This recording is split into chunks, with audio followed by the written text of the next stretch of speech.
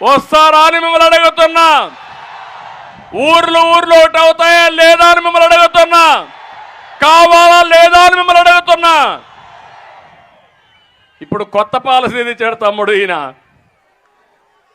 ఈ ఊర్లో చెత్త, ఆ చెత్త ఏం చేస్తున్నాడు, వేరే నియోజకవర్గాల్లో మార్చేస్తున్నాడు. ఎప్పుడన్నా విన్నారా మీరు ఇది? ఎమ్మెల్యేల ట్రాన్స్ఫర్లు ఉన్నాయా? ఎప్పుడన్నా స్వాతంత్రం వచ్చినప్పటి నుంచి మీరు చూశారు, అవునా కాదా? ఎప్పుడన్నా ఎమ్మెల్యేని ట్రాన్స్ఫర్ చేసిన సందర్భం ఉందా? మంత్రిని ట్రాన్స్ఫర్ చేసిన సందర్భం ఉందా? ప్రజాసేవ కోసం ఎంపిక చేసుకుంటాం. ఈ నియోజకవర్గంలో పనికి రాని చెల్లని కాసు పక్క నియోజకవర్గంలో వెళ్తుందా తమ్ముడు? మీ ఇంట్లో చెత్త వేరే ఇంట్లో వేస్తే అది బంగారం అయిపోతుందా? నేను అడుగుతున్నా, ఇది జగన్ చేసిన పెద్ద తప్పులు. 5 ఏళ్లలో రాష్ట్రాన్ని లూటీ చేశాడు, ప్రజలకు ద్రోహం చేశాడు, వ్యవస్థను నాశనం చేశాడు. ఇప్పుడు అంటున్నాడు ఎమ్మెల్యేలు మార్చేస్తే నాకేదో ఓట్లు వేస్తారని.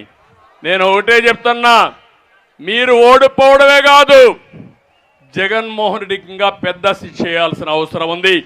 మన జీవితాలు నాశనం కావడానికి, మన పిల్లల బ్రతుకులన్నీ పూర్తిగా నష్టపోవడానికి కారణం ఇతనేనని చెప్పి కూడా నేను మీకు తెలియజేస్తున్నా. మొన్నే చూశారు తమ్ముళ్ళు, అంబటి రాయుడు ఒక క్రికెటర్, గుంటూరు జిల్లా, పాపం ఆశపడ్డాడు, తప్పు లేదు. జగన్ మాయగాడున్నాడు, మాయ చేశాడు, నీ గుంటూరు పార్లమెంట్ ఇచ్చేస్తా అన్నాడు, పోయి పని చేసుకోమన్నాడు. ఏం తమ్ముళ్ళు అంతవరకు బాగానే ఉందా? ఇంకొకరిని పిలిచి నీకు ఇస్తా అన్నాడు, ఆ పేరు నేను చెప్పను. దాంతో ఇతనికి అర్థమైపోయింది, దాంతో ఆయన నైజం అర్థం చేసుకున్నాడు.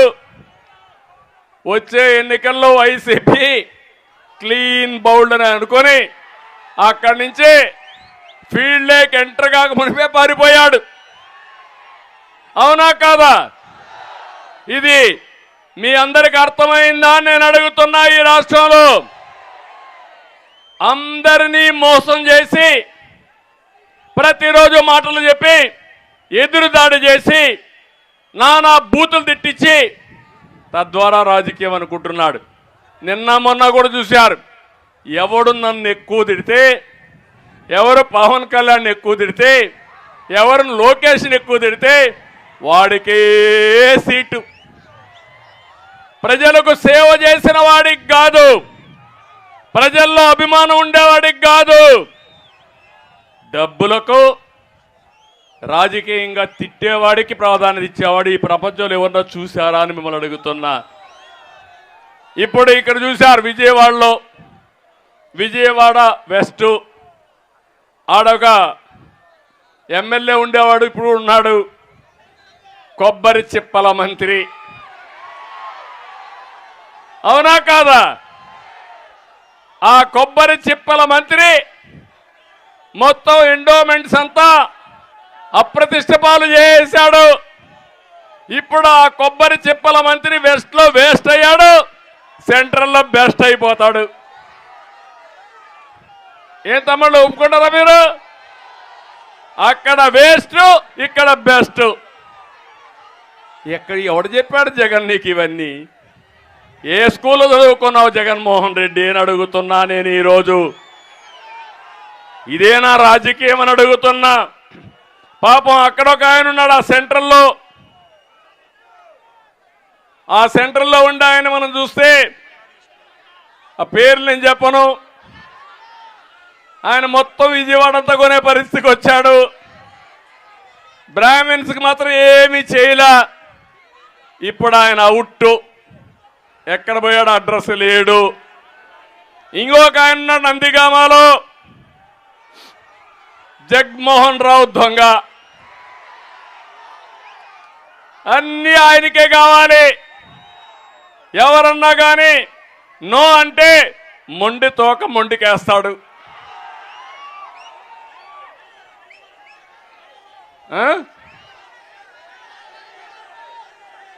మణివరం వస్తా ఓకే.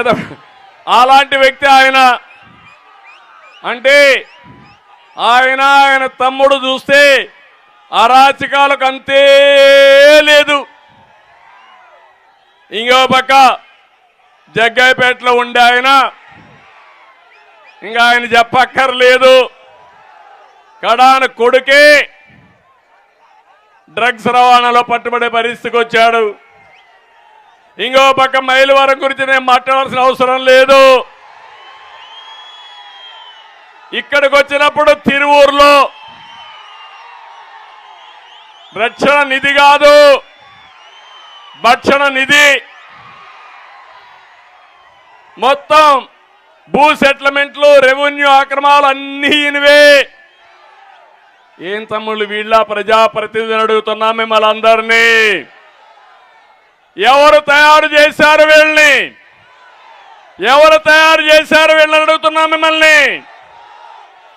అందుకే నేను ఒకటే మిమ్మల్ని కోరుతున్నా, మిమ్మల్ని ఆలోచించమంటున్నా. ఈయన తప్పులు చేసి తప్పులు చేయించి ఓటాలు పంచుకొని దొంగలు ఊర్లు పంచుకున్నట్టు వీళ్ళంతా రాష్ట్రాన్ని దోపిడీ చేసి ఇప్పుడు ఎమ్మెల్యేలు మార్చేసి, ఎందుకంటే అర్థమైపోయింది సర్వేలో, ఇంటికి పోతున్నామని అర్థమైపోయింది, సినిమా అయిపోయింది.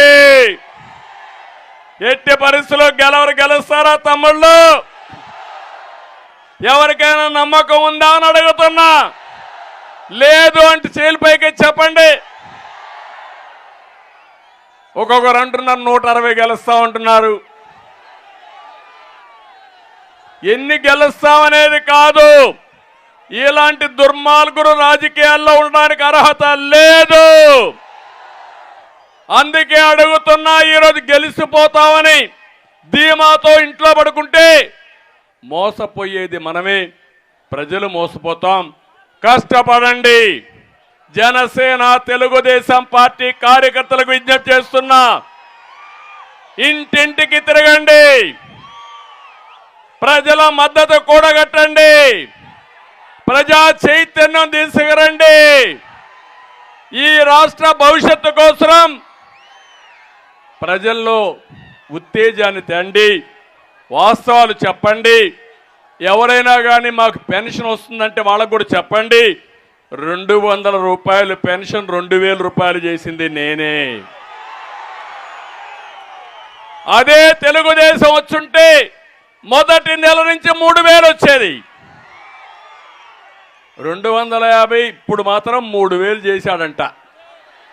నేను ఒకటే హామీ ఇస్తున్నా,